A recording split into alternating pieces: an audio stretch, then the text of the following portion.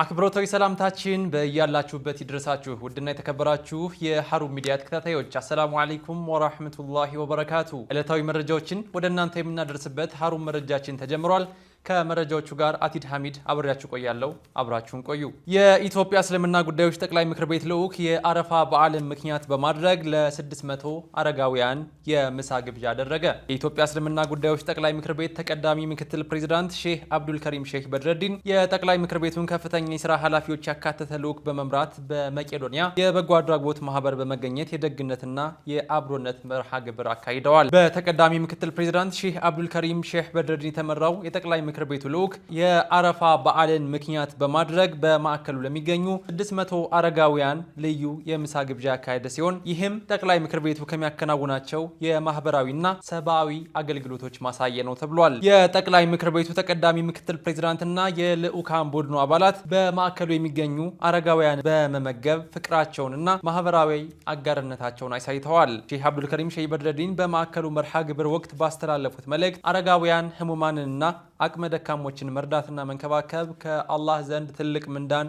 የሚያስገኝ ሰብአዊ ተግባር ነው ብለዋል። የመቄዶንያ በጎ አድራጎት ማህበር ኢማምና አስተባባሪ ኡስታዝ አብራር ባህሩዲን የጠቅላይ ምክር ቤቱ ከፍተኛ አመራሮች በቦታው ድረስ ተገኝተው ላደረጉት ድጋፍና አብሮነት የላቀ ምስጋናቸውን በማህበሩ መስራችና አመራሮች ስም ምስጋናቸውን አቅርበዋል። የጠቅላይ ምክር ቤቱ ምክትል ፕሬዝዳንት ሼህ ሐሚድ ሙሳ ስራ አስፈጻሚ አባላትና ዑለሞች የልዑኩ አካል በመሆን በማህበራዊ አገልግሎቱ ተሳትፈዋል ሲል የዘገበው የኢትዮጵያ እስልምና ጉዳዮች ጠቅላይ ምክር ቤት የህዝብ ግንኙነት ነው። የፌዴራል መጅሊሱ ፕሬዝዳንት ሼህ ሐጂ ኢብራሂም ቱፋ ከሁጃጆች ጋር ተወያዩ።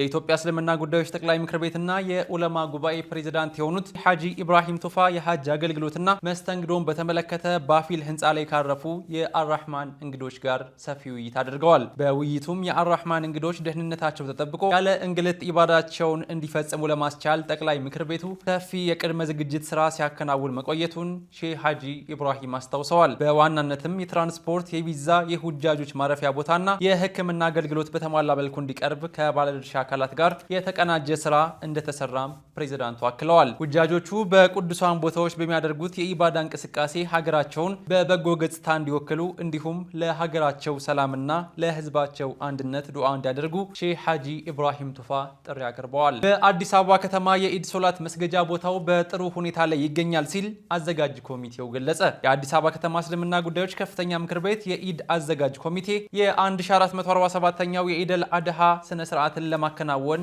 የቅድመ ዝግጅት ስራዎችን እያደረገ ይገኛል። በዚሁ መሰረትም ኮሚቴው ዛሬ በስታዲየም በመገኘት ለሚደረገው የ1447ኛው የኢደል አድሃ የሶላት ስነ ስርዓት ቀድሞ መስተካከል ያለባቸውን ስራዎች ለመለየት ምልከታ አድርጓል። በስታዲየሙ ያለው የኢድ ሶላት መስገጃ ቦታ በጥሩ ሁኔታ ላይ እንደሚገኝ የኮሚቴው ሰብሳቢና የአዲስ አበባ መጅሊስ የስራ አስፈጻሚ አባል ኡስታዝ ሁሴን ሰኢድ ተናግረዋል።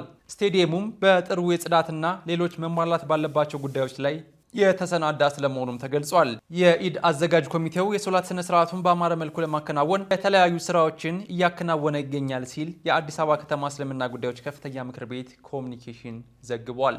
ውድና የተከበራችሁ የሐሩን ሚዲያ ተከታታዮች እየተከታተላችሁት የምትገኙት ዕለታዊ መረጃዎችን ወደ እናንተ የምናደርስበት ሐሩን መረጃችን ነው።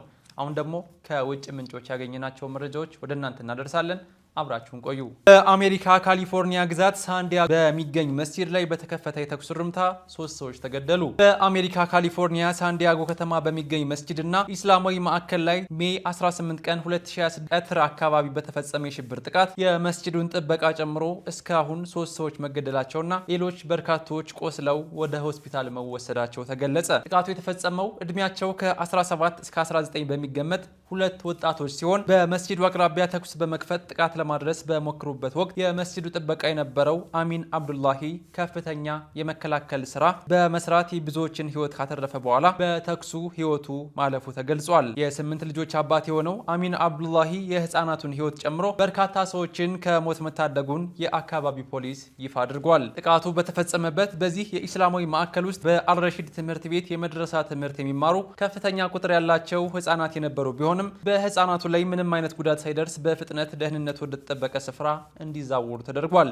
የአሜሪካው የፌዴራል ምርመራ ቢሮ FBI እና የአካባቢ ፖሊስ የተፈጸመውን ጥቃት ሊኖር የሚችል የጥላቻ ወንጀል ፖሲብል ሃት ክራይም በሚል መነሻነት ጥልቅ ምርመራ የጀመሩ ሲሆን በጥቃት አድራሾቹ ቁሳቁሶች ላይ ጸረ እስልምና ጽሑፎችና የናዚ ምልክቶች መገኘታቸው ጥቃቱ ከእስልምና ጥላቻ ጋር በቀጥታ የተያያዘ ለመሆኑ ማሳያ ነው ሲባል እየተገለጸ ይገኛል። ክስተቱን ተከትሎ የአሜሪካ እስላማዊ ግንኙነት ምክር ቤት CAIR ባወጣው መግለጫ በሀገሪቱ የእምነትና የጸሎት ቦታዎች ደህንነት አለመጠበቅ እጅግ አሳሳቢ ደረጃ ላይ መድረሱን ጠቁሟል። በአሁኑ ወቅትም ከጥቃቱ በኋላ በመስጂዱ ዙሪያ የፖሊስ ጥበቃ በከፍተኛ ሁኔታ ተጠናክሮ እንደሚገኝም ተነግሯል። ትራምፕ በኢራን ላይ ተጨማሪ የአየር ጥቃቶችን ከማድረስ የተቆጠቡት የኢራን የአየር መከላከያ አቅም እያደገ በመምጣቱ መሆኑ ተገለጸ። አሜሪካ በኢራን ላይ ታደርግ የነበረውን ተጨማሪ የአየር ጥቃት ፕሬዚዳንት ዶናልድ ትራምፕ ያቆሙት የፔንታጎን ባለስልጣናት ኢራን ለአሜሪካ የአየር ጥቃት ዘመቻ ራሷን እያላመደች መሆኑን በማስጠንቀቃቸው ምክንያት መሆኑን ኒውዮርክ ታይምስ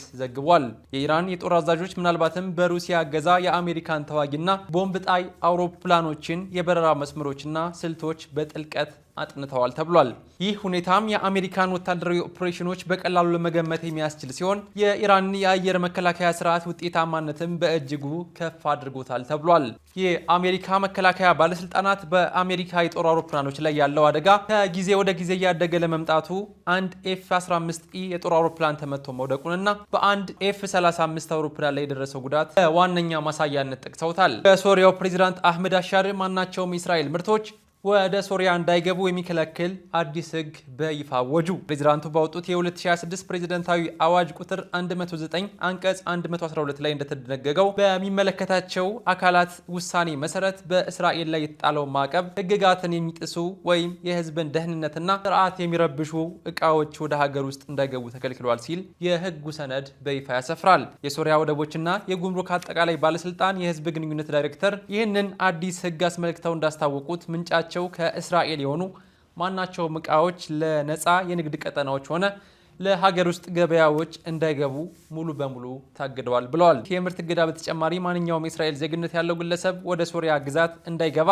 በዚሁ ሕግ በይፋ ይከለከላል። ውድና የተከበራችሁ የሀሩን ሚዲያ ተከታታዮች ዕለታዊ መረጃዎችን ወደ እናንተ የምናደርስበት ሀሩን መረጃችን የተከታተላችሁትን ይመስል ነበር። ከመረጃዎቹ ጋር እኔ አቲድ ሐሚድ ከካሜራ ባለሙያው አብዱልመሊክ ጣሃር ጋር ነበርን። በሌላ የመረጃ ሰዓት እስከምንገናኝ ወሰላሙ አለይኩም ወራህመቱላሂ ወበረካቱ።